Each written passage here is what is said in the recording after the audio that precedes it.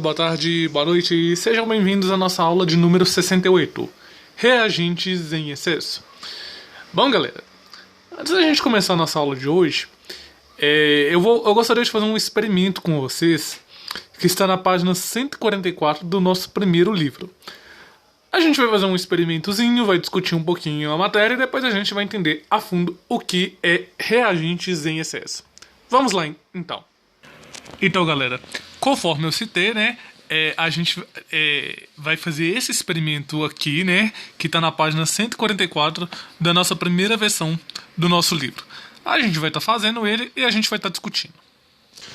Bom, pessoal, então aqui eu tenho a nossa vela, né, que vocês estão vendo, uma vela comum, né, relativamente, que vocês encontram aí na casa de vocês também. Esse é um experimento muito simples. A primeira coisa que eu quero estar perguntando para vocês é o seguinte: por que está acontecendo essa combustão aqui, igual a gente está vendo? Por que a vela ela está queimando? Por que tem fogo aqui? A gente aprendeu numa das nossas aulas passadas que para acontecer uma reação química de combustão, a gente precisa de dois componentes principais. São eles os combustíveis e os comburentes. No nosso caso, no nosso exemplo, o nosso combustível é a vela, é a parafina que está na vela, que é ela que está queimando e alimentando a reação de combustão. E o nosso comburente é o oxigênio.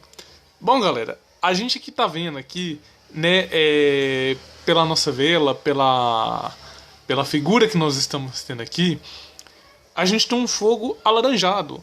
Lembra lá das nossas aulas também de reações de combustão, que esse fogo alaranjado aqui a gente está tendo a produção de vapor d'água e monóxido de carbono. Por isso que aqui o lugar que eu tô tá aberto, tá ventilado, justamente porque se tivesse fechado isso poderia fazer mal para mim.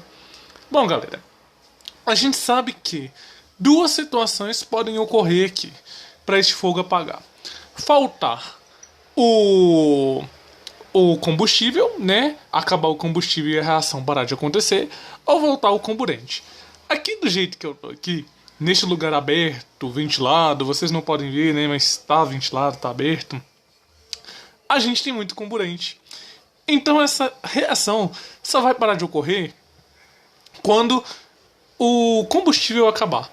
Mas e agora? Se eu pegar um copo aqui, por exemplo, igual vocês estão vendo aqui na minha mão, se eu pegar o copo aqui e deste copo eu limitar, confinar o oxigênio aqui dentro dessa vela, vamos ver o que acontece. Eu confinei e a reação continua acontecendo. Mas observem que o fogo está ficando menor, cada vez menor. Isso pimba, apagou. Olha que legal, vamos ver, vamos tirar aqui agora. Pronto, não tem mais fogo. Por que isso aconteceu? Bom, galera, quando a gente colocou o copo aqui dentro, a gente confinou, observem, ó, a gente está confinando todo o oxigênio aqui dentro, o nosso comburente, e a reação está acontecendo e está gastando esse comburente. Quando o comburente é todo queimado, o fogo apaga, porque não tem mais o composto principal da reação. Quando isso acontece, a gente fala que dentro deste copo que estava em cima da vela, o oxigênio é o reagente limitante. E o combustível, né, que no caso aqui seria a parafina da vela, é o reagente que está em excesso. Porque olha só, a reação acabou e ainda sobrou combustível. E o oxigênio que estava aqui dentro tinha acabado. Então é isso que nós vamos estar discutindo na nossa aula teórica de hoje. Bom, galera, então voltando à nossa aula teórica, a gente tem aqui o seguinte exemplo para ilustrar o que a gente vai estar vendo na aula de hoje. Considere que 30 gramas de hidróxido de cálcio foram misturados com 50 gramas de ácido clorídrico. Após serem misturados, ocorreu uma reação química. Com base nesses dados, responda. Equacione e faça o balanceamento do fenômeno. Bom, galera, a gente tem então aqui CaOH2 reagindo com HCl. A gente sabe que é uma reação ácido-base. Isso então vai ter que produzir um sal e água.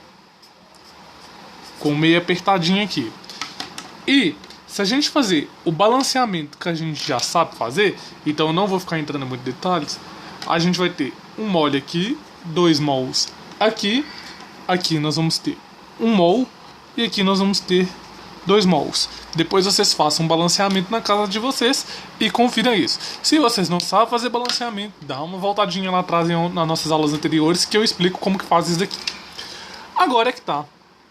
Qual é o reagente que está em excesso? Bom, galera, se é reagente, o que nos interessa são esses dois aqui, que pertencem à classe dos reagentes. Então é em cima desses dois aqui que nós vamos estar trabalhando hoje. Como que a gente então vai saber qual dos dois que está em excesso? Bem, galera, para mim saber qual que é o que está em excesso, eu preciso recorrer à estequiometria desses dois caras aqui. Como que a gente faz isso? Recorre lá no quadro estequiométrico, que a gente já aprendeu a fazer ele na aula de número 65. Se você não lembra, dá uma olhadinha lá, né?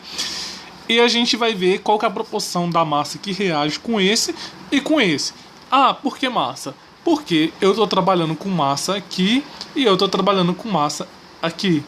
Geralmente nos exercícios de reagentes e excessos, a gente vai trabalhar somente com massa, que é o que a gente utiliza dentro das indústrias. Beleza? Então vamos ver como que fica a proporção disso daqui. Primeira coisa que a gente tem que fazer então, galera, é montar um esqueminha.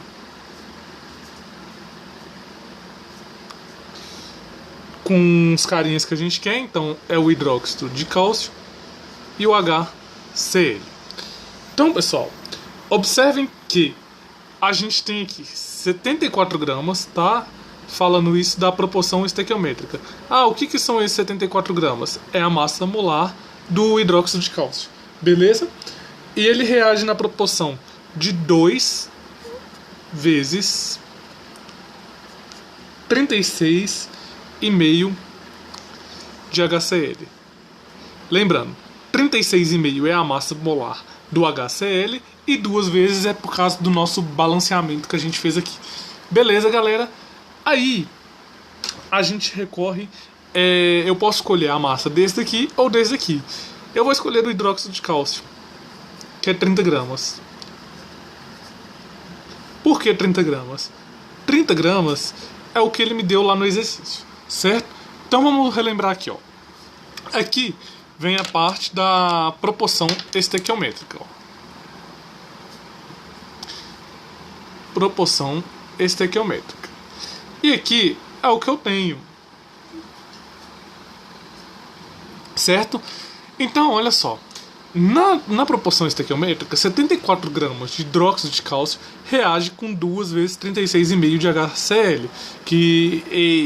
Só que no exercício eu tenho 30 gramas de hidróxido de cálcio reagindo. Então eu quero saber com quantos de HCl, né, que eu precisaria estar usando para reagir com essa massa.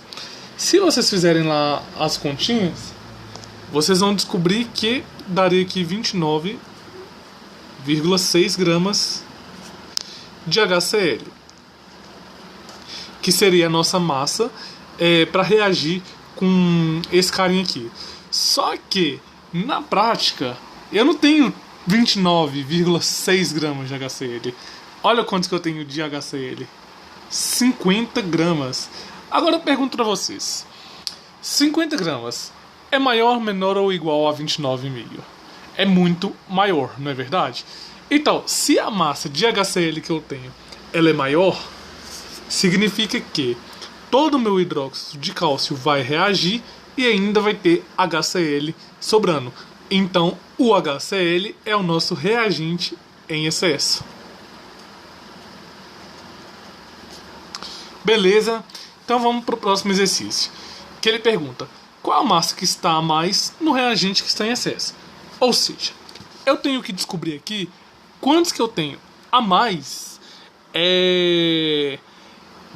no reagente em excesso. Bom, eu já descobri que meu reagente em excesso é o HCl. Eu tenho aqui no exercício 50 gramas de HCl.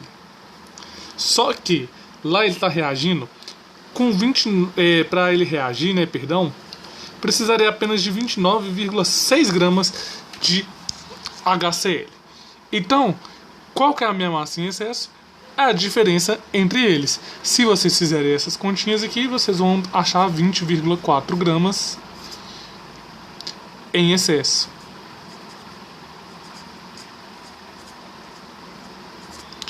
Ou seja, eu tenho 20,4 gramas a mais do que eu precisaria ter para essa reação tá acontecendo. Facinho, facinho, né, pessoal? Então, essa foi a nossa aula de reagentes em excesso, que no final das contas nada mais, nada menos do que foi uma extensão dos cálculos estequiométricos. Beleza, então, pessoal? Espero que vocês tenham gostado. Fique na sequência que vem mais aulas. Forte abraço e até o nosso próximo encontro.